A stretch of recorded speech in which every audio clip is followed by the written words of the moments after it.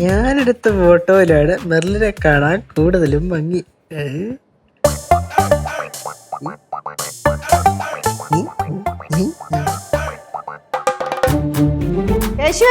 കേശു ഇവിടെ ഉണ്ട്. ഓ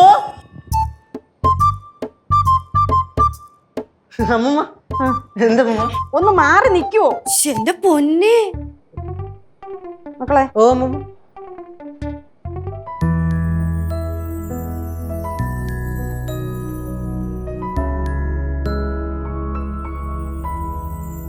മക്കളെ, മക്കളൊന്ന് സൂക്ഷിക്കണേ. മക്കൾക്ക് ഒരുപാട് ശത്രുക്കളുണ്ട്. എനിക്ക് ശത്രുക്കളാ? എവിടുന്ന്?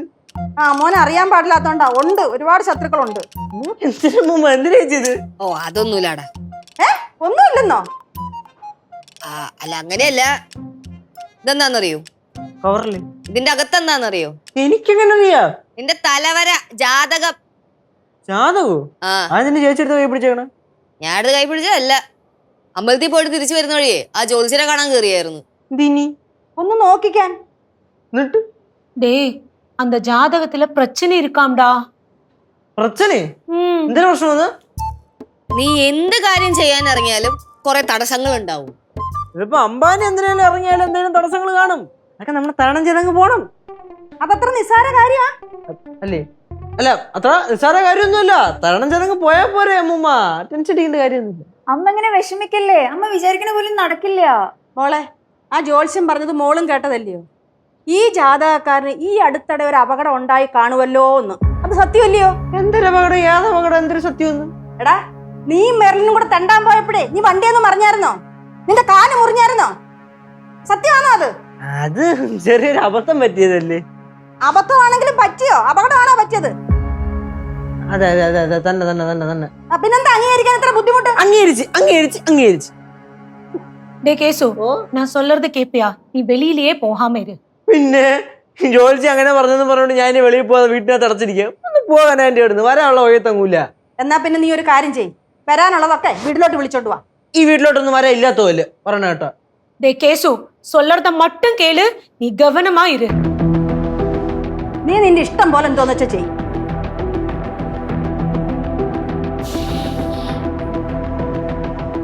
കഷ്ടോ, ചുമ്മാ സമാധാനമായിട്ട് ഇങ്ങോട്ട് വന്ന് ഓരോന്ന് പറഞ്ഞു കേശേ, പോയില്ലേ? ആ ജ്യോത്സ്യനെ വേറൊരു കാര്യം കൂടെ പറഞ്ഞായിരുന്നു. എന്ത്? അത് പറയണോ ടീച്ചറെ? പറഞ്ഞു. അല്ല, ഞാനത് പറഞ്ഞു കഴിഞ്ഞാ ഈ മണ്ണം വിശ്വസിക്കൂ? പറയേച്ചി, എന്നിട്ട് ഞാൻ ആലോചിക്കാം വിശ്വസിക്കണോ വേണ്ടത്. പക്ഷെ ഞാൻ അത് പറഞ്ഞു കഴിഞ്ഞാ നീ സങ്കടപ്പെടരുത്.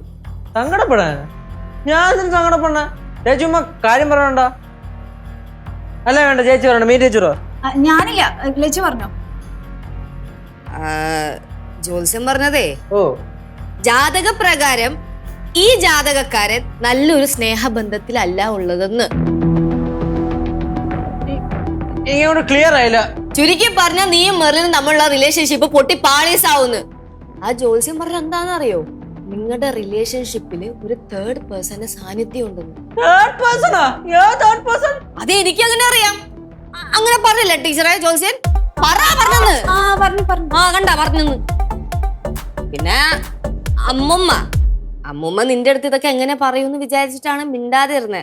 പക്ഷെ കേശേ മോനെ ഒന്ന് ശ്രദ്ധിക്കണോട്ടാ. ആ ജ്യോത്സ്യം പറഞ്ഞപ്പോ എന്റെ കണ്ണുകളിൽ പോയിടാ. പുള്ളി പറഞ്ഞ എന്താന്നറിയോ?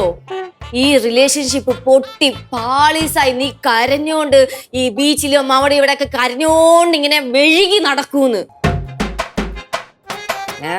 എന്റെ അനിയനായി പോയില്ലേ നീ? നിന്റെ ഭാവിക്ക് വേണ്ടി ഞാൻ ഇതൊക്കെ നിന്റെ അടുത്ത് പറയണമല്ലോ, അതുകൊണ്ട് പറഞ്ഞതാ. നീ വിഷമിക്കൊന്നും വേണ്ട. ആലോചിച്ചും കണ്ടൊക്കെ ഒന്ന് കേട്ടോ. പിന്നെ ജോലിച്ചും പറഞ്ഞ ഉടനെ കിടക്കില്ലേ? അപ്പൊ നിനക്ക് വിശ്വാസമില്ല? ഞങ്ങളുടെ ഇടയിൽ എന്തൊരു തേർഡ് പേഴ്സൺ? ഒരു തേർഡ് പേഴ്സണും ഇല്ല. വിശ്വസിക്കണ്ട. ജോലിച്ച് ഞങ്ങളുടെ അടുത്ത് പറഞ്ഞ കാര്യം ഞങ്ങൾ വന്ന് നിന്റെ അടുത്ത് പറഞ്ഞു. ഇനി വിശ്വസിക്കണോ വേണ്ടെന്നുള്ളത് നിന്റെ തീരുമാനം. ബാ ടീച്ചറെ.